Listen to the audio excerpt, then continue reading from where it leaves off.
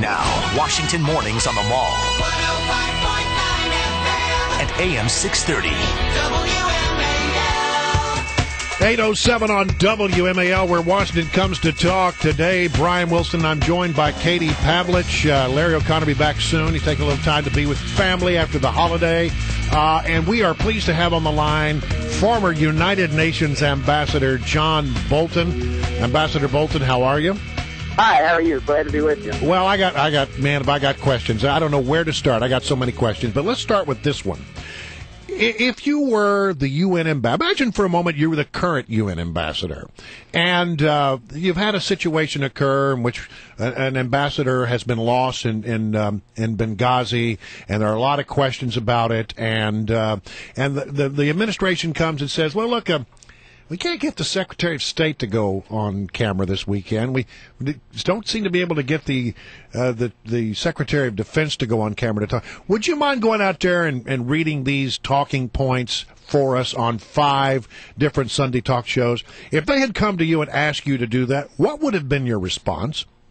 Well, I think part of the response is, sure, you do what's necessary. You try and be a loyal assistant in the administration. But my own policy, whenever anybody said, here's what the intelligence says, or here's what the bureaucracy has concluded, would be to simply use that as the beginning of the conversation, not the end of it. And, it may be because of my career as a litigator, or whatever the explanation is, I never take anything for granted, and I very definitely never read anybody's talking points. So in terms of stepping up and doing the 5 shows, even though it's out of your area of responsibility, that part wouldn't have been onerous. The rest of it, though, I think was handled very badly. In what way?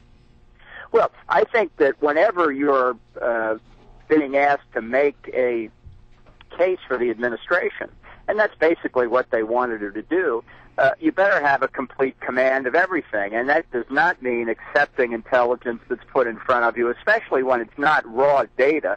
This was somebody's assessment.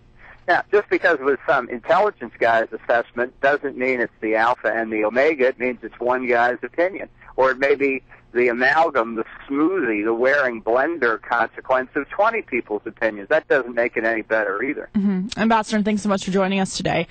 Today, Ambassador Susan Rice is meeting with, John McCain, Senator Kelly Ayotte, possibly Lindsey Graham as well, I believe. We've kind of seen at least Senator McCain back off of his criticism of Susan Rice. What do you think is going on there?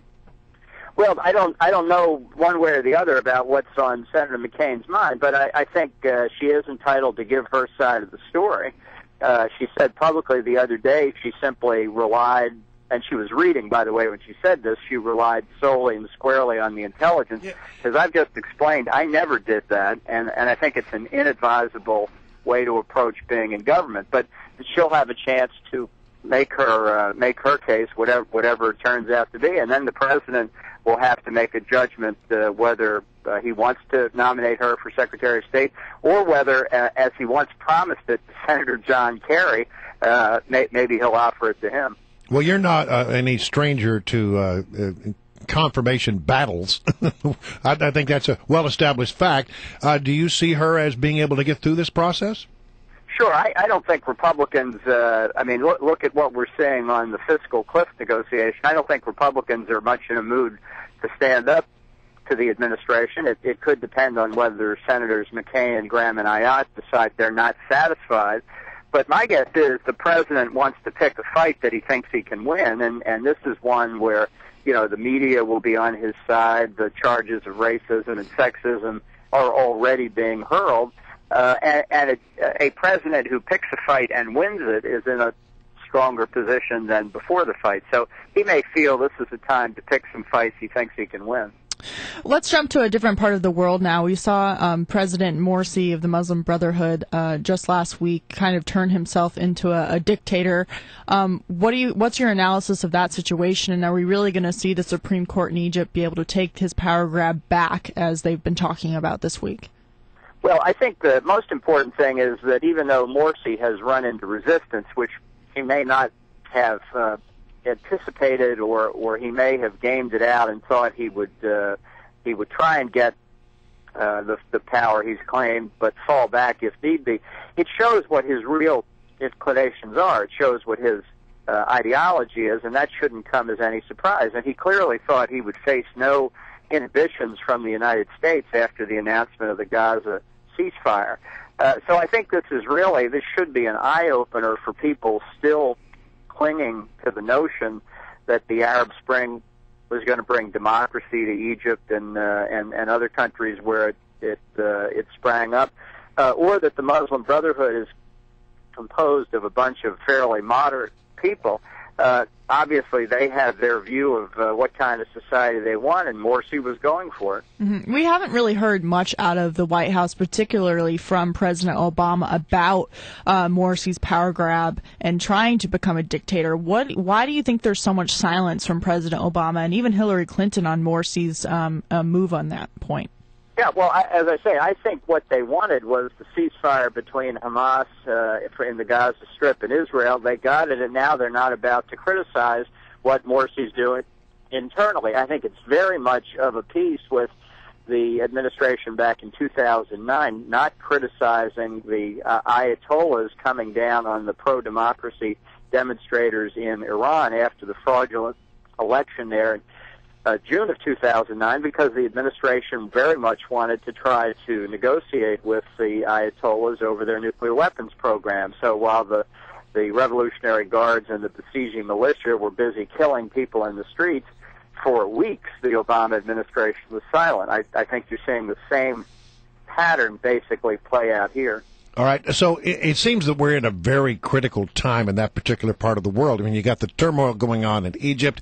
You've just had this battle between Hamas and Israel, and that's just tamped down for the moment. It is a ceasefire, not a cease of hostilities between the two. You got Iran, which is in turmoil right now, still making nuclear weapons. And by the way, the Israelis are monitoring a ship that's coming out of Iran, apparently headed for Gaza, that they believe is full of all kinds of weaponry. And add to that, here's one little tinderbox thing that could blow up. They just exhumed Arafat today. Well, I think the strategic situation in the Middle East has been going downhill very rapidly in the past several years. It didn't start in the Obama administration. Right. It started in the last years of the Bush administration, but certainly Obama's weakness has helped it accelerate. And I think now, with the election out of the way, our adversaries all around the world have sized Obama up in the first term. They know he's a weak and inattentive president when it comes to national security.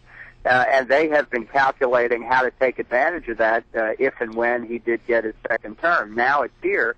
So I expect in the Middle East and really elsewhere, the pace and the scope of challenges to American interest will increase. Right. I mean, just to take one example, Vladimir Putin was one of the very first world leaders to call the president after he won re-election to congratulate him and to invite him to Moscow, so he can take advantage of that flexibility, no doubt, that the president referred to in the famous open microphone conversation with then-President Medvedev. And I think we're going to see that all around the world. All right. Well, Ambassador John Bolton, it's always good to have you on the program. Thank you so much for being with us this morning. Well, thanks for